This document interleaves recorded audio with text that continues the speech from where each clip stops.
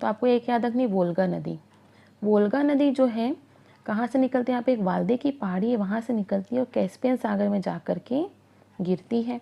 ठीक है, यह यूरोप की सबसे लंबी नदी है। कौन सी नदी? वोल्गा नदी यूरोप की सबसे लंबी नदी है। उसके बाद यहाँ पर हमने देखा था यूराल पर्वत था, तो यूराल पर्वत से निकलती है यूराल नदी, जो कि कैस्पियन सागर में जा कर के गिरती है। ठीक है, सीमा भी बनाती है एशियाई रूस और यूरोपीय रूस की। आया समझ में?